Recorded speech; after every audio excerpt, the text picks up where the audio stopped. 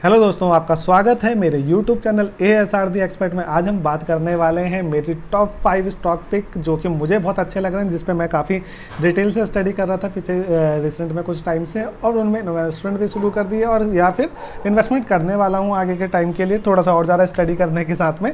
तो उनके बारे में बात करेंगे और बोनस में एक स्टॉक जो कि मुझे एडिशनल में अच्छा लग रहा है तो उसके बारे में भी बात करेंगे। मैं ज़्यादा डिटेल में नहीं जाऊँगा, पी क्या चल रहा है, ये क्या चल रहा है, सीधा आपको बताऊँगा कौन से वो स्टॉक हैं और मुझे क्यों पसंद है। सिंपल करेंगे, जो स्टॉक के ऊपर में आपका इंटरेस्ट आए आप कमेंट में डालें, उसके ऊपर में डिटेल में वीडियो बना लेंगे, क्योंकि हर एक स्टॉक इंडिविजुअली डिजर्व करता है एक लॉन्ग टर्म एनालिसिस, तो उसको कर सकते हैं। पहले हम बात करते हैं टॉप 5 स्टॉक्स में से। मैं शुरुआत करता हूँ टॉप के साथ में, स्टार्ट करते हैं, क्योंकि मेरे लिए पाँचों बराबर हैं, कोई भी ऊपर नीचे नहीं है, क्योंकि कॉन्सेप्ट इतनी ज़्यादा अच्छी है। नंबर 1 पे जो मुझे अच्छा लगता है आज की तारीख में वो लगता है जोमेटो। अब लोग बोलेंगे बहुत ही हाई वैल्यूएशन कुछ भी नहीं होती इस मार्केट के अंदर में, क्योंकि देखिए आप जब पीई निकालते हैं, जनरली पीई का फंडा लोग यूज़ करते हैं, पर इंडस्ट्री टू इंडस्ट्री डिपेंड करता है आपको किस तरह से एनालाइज करना है। जोमेटो की जो प्रपोजिशन है वो इस तरीके से है कि गेम चेंजर है, मार्केट में आपके डायनेमिक्स को चेंज कर रहा है। हर एक बिजनेस का ब्रेक इवन का टाइम अलग होता है। जैसे हॉस्पिटल सेक्टर में 8 से 9 साल लगते हैं, आपके गेमिंग सेक्टर में 4 से 5 साल लग सकते हैं किसी चीज़ को लेकर। इस तरह से जोमेटो वाला सेक्टर थोड़ा सा लंबा था, क्योंकि आपको एक हैबिचुअलिटी डालनी थी लोगों को और उसको यूज़ करने की, जिसमें एक सर्टेन लेवल तक ये आ चुके हैं। आने वाले 3 से 4 साल में भी आप में भी प्रॉफिट ना देखें, लेकिन इनका जो पोटेंशियल है उसको समझ सकते हैं कि आपके हर गली कूचे पूरे देश के अंदर में एक बारी के लिए भगवान पहुँचे ना पहुँचे, लेकिन जोमेटो वाला आपका ऑर्डर लेके पहुँच जाएगा एक टाइम वाइज मैनर के अंदर में।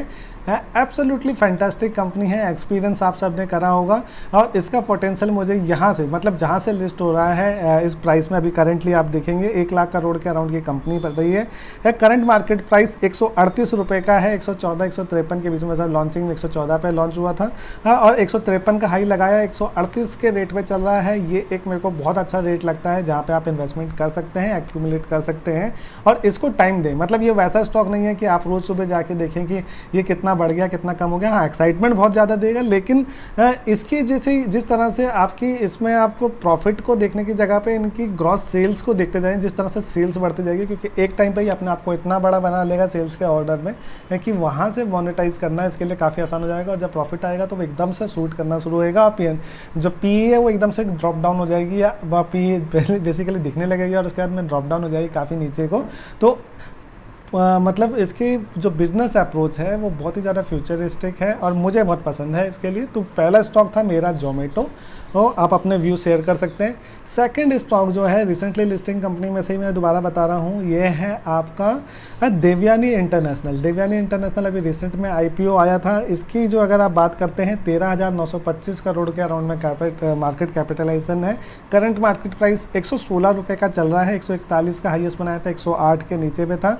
ये कंपनी मुझे क्यों अच्छी लगती है, पहली बात RJ कॉर्प से आती है। RJ कॉर्प जो कंपनी है आपकी, ये आपके स्पेशलिटी रेस्टोरेंट चलाने के लिए, बेसिकली फूड चेन्स मतलब फ्रेंचाइजी लेकर काम करने के लिए बहुत ही ज़्यादा एक्सपर्टाइज रखते हैं। देखिए, जब भी आपको कोई बोलता है कि कहीं कंपनी में लगाएं तो सबसे पहले प्रमोटर्स को देखना बहुत ज़रूरी होता है, और यहाँ के प्रमोटर्स फर्स्ट क्लास कैटेगरी के अंदर में आप काउंट कर सकते हैं।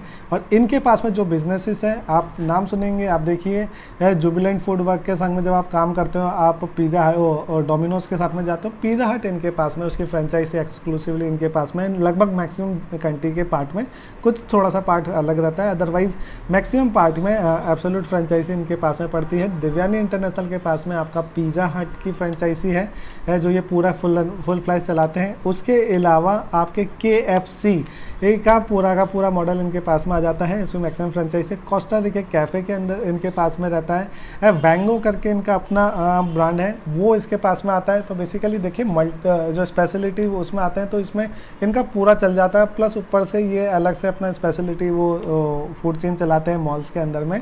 तो ओवरऑल देखें तो ये सप्लाई चेन मतलब जो स्पेशलिटी रेस्टोरेंट हो गए उसके अंदर में एक स्पेशलाइज्ड भूमिका निभाते हैं और इनके लिए कॉस्ट बेनिफिट एनालिसिस पे बहुत ज़्यादा अच्छा है। रीज़न बिंग कि जब ये आइटम प्रोक्योरमेंट करते हैं तो दोनों तीनों का सामान यही बना देते, तो इनके प्रोक्योरमेंट पावर काफ़ी इकोनॉमिकल हो जाते हैं। सेम टाइम पे जब इनको और लोकेशंस पे रेस्टोरेंट्स लेने पड़ते हैं तो वहाँ पर रेंटल प्रपोजिशन भी काफ़ी अच्छी रहती है, क्योंकि एक ही जगह पे अगर दो लोग मतलब KFC के लिए एक ले रहे हैं और बगल आस ही पास में या बगल की उसमें प्रपोजन में पिज़्ज़ा हट का भी आपका फ्रेंचाइजी चल रही है, तो वो एक स्पेशल है। और सबसे बड़ी बात है कि इनके जो मैक्सिमम जो आउटलेट्स हैं वो सिटीज़ के अंदर में है, रूरल एरिया में है, लेकिन उससे ज़्यादा सिटीज़ के अंदर में है, तो मेजर रेवेन्यू आपका सिक्योर्ड है।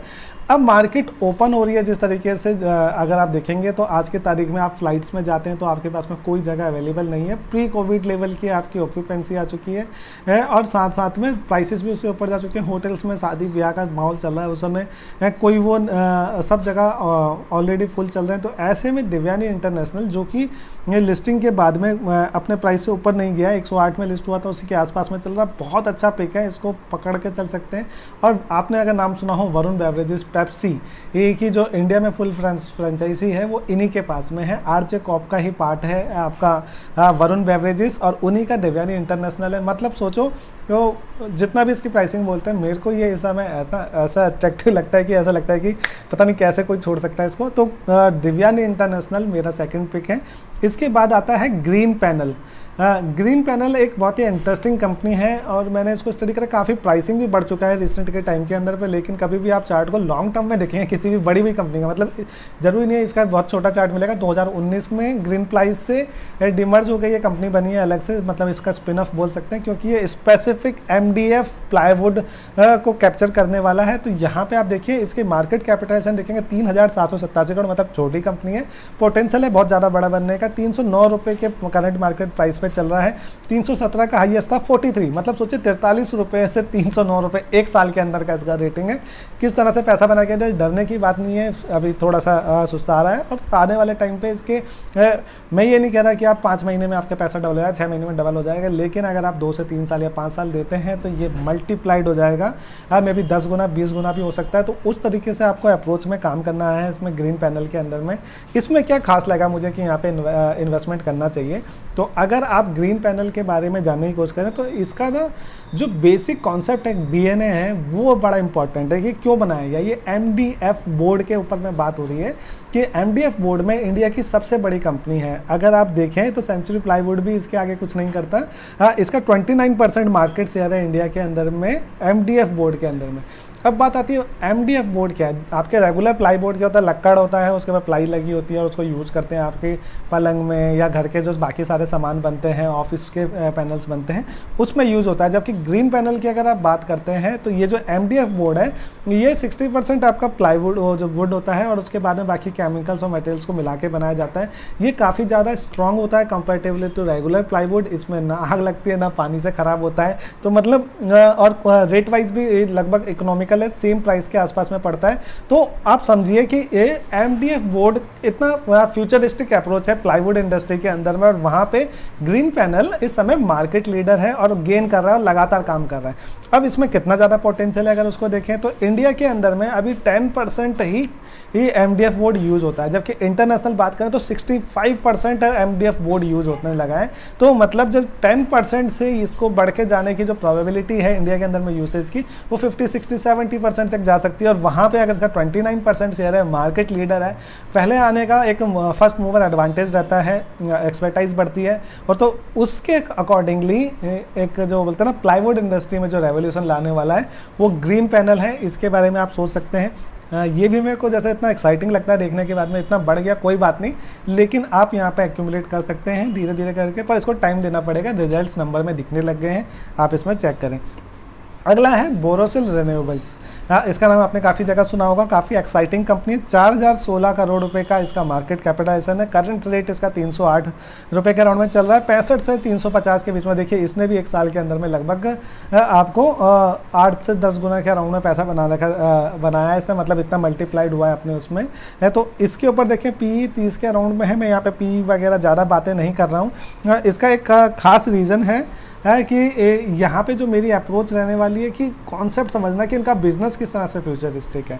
ये बोरोसिल से अलग होकर बनी हुई कंपनी है, बोरोसिल रिन्यूएबल्स, और इसका भी क्या है, सेम जैसे ग्रीन पैनल था फ्यूचरिस्टिक टेक्नोलॉजी को पकड़ने का, तो उन्होंने भी फ्यूचरिस्टिक टेक्नोलॉजी को स्पेशलाइज तरह से कैप्चर करने के लिए इनका जो डीएनए बनाया है वो है, ये बनाते हैं सोलर ग्लासेस। आप देखिए फ्यूचर जो हमारी एनर्जी कंजम्पशन है अगर वो चेंज ना हो तो दुनिया में भी तबाह हो जाती। कई सालों पहले अगर हम कोल्स के ऊपर में ही हमारी कार्स और टेक्नोलॉजी चलती तो कोल आज तक खत्म हो गया होता। सेम चीज़ हमारी टेक्नोलॉजी में, अगर पेट्रोल जिस तरह से पहले की गाड़ियाँ कंज्यूम करती थी पेट्रोल्स को पर किलोमीटर एवरेज देने के लिए उस तरह से चलता, तो पेट्रोल भी कई सदियों पहले खत्म हो जाता, कई सालों पहले।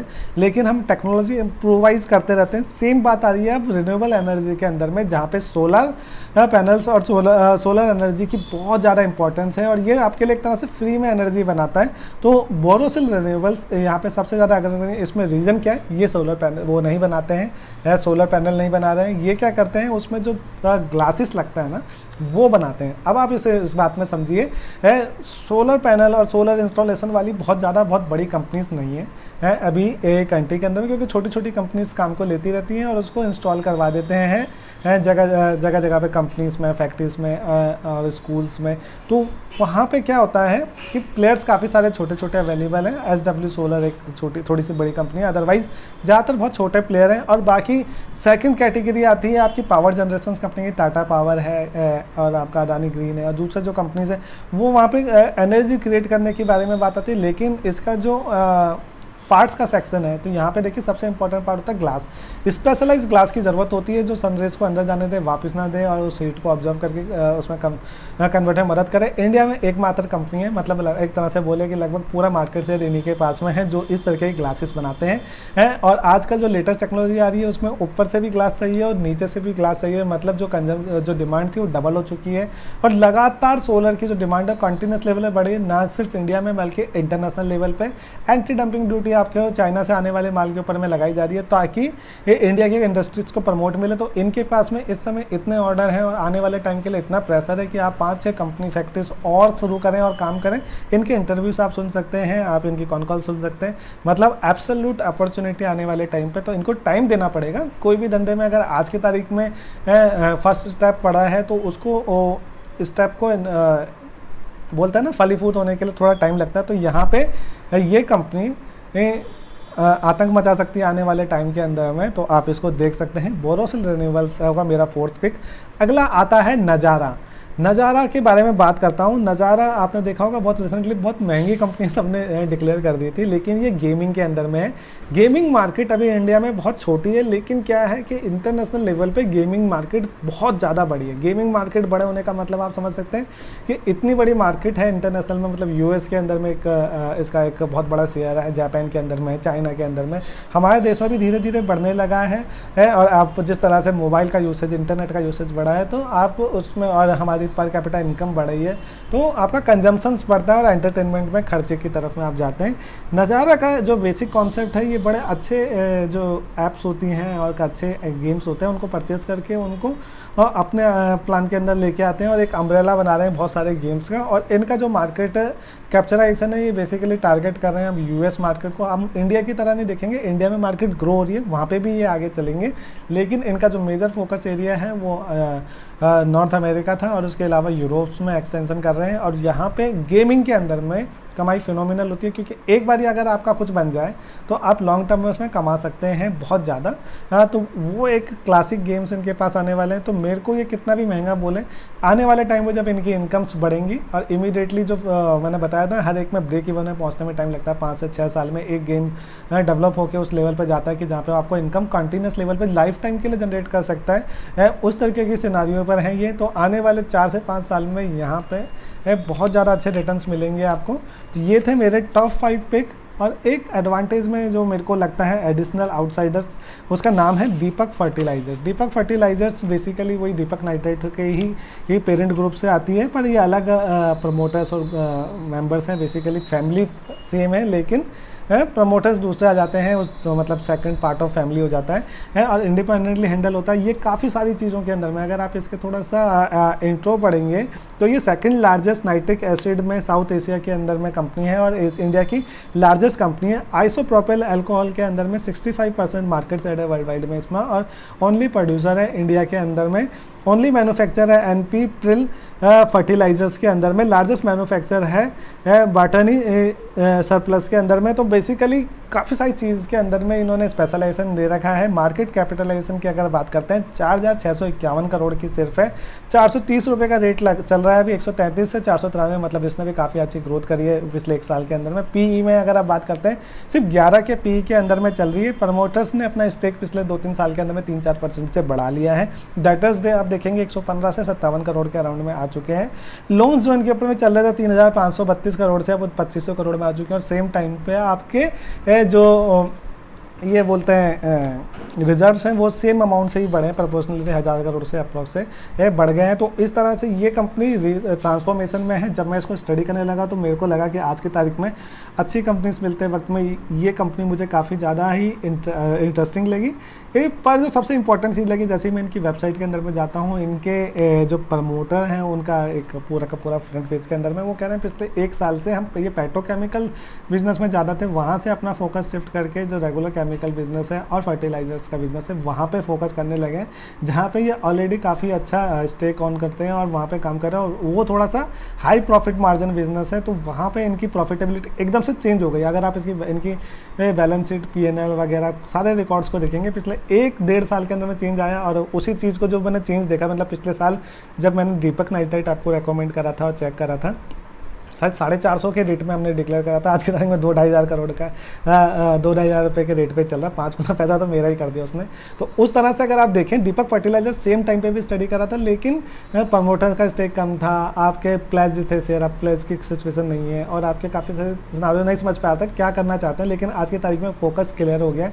1-1.5 साल के अंदर में आप देखें काफ़ी सारी चीज़ें क्लियर हुई है। कंपनी की वेबसाइट में जाते हैं, उनकी प्रेजेंटेशन में जाते हैं, आपको मिशन विजन में क्लियरिटी दिखाई देगी। तो मेरे को ये छठी कंपनी बहुत अच्छी लगी। ओवरऑल ये 5 से 6 कंपनियां हैं जो मेरे को फ्यूचरिस्टिक अप्रोच के हिसाब से काफ़ी अच्छी लग रही हैं, जिसके बारे में भी आप बोलेंगे हम डिटेल से स्टडी कर लेंगे चार्ट्स के साथ में वगैरह। तो मुझे ये करंट में अच्छा लग रहा है। उम्मीद करता हूँ अगर वीडियो अच्छी